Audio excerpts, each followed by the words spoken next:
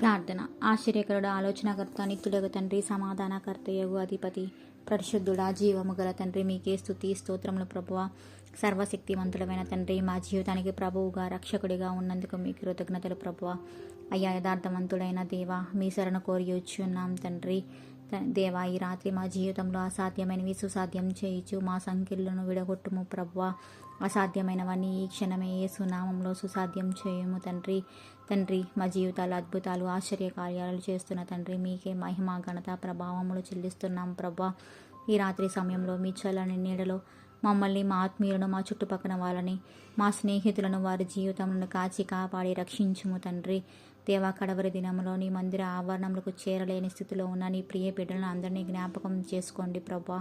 కడవరి దినంలో రేపటి ఉదయమనే లేచి నిన్ను స్తుతించి ఆరాధించి నీ నామమును గణపరిచే భాగ్యం ప్రతి ఒక్కరికి దయచేయండి తండ్రి.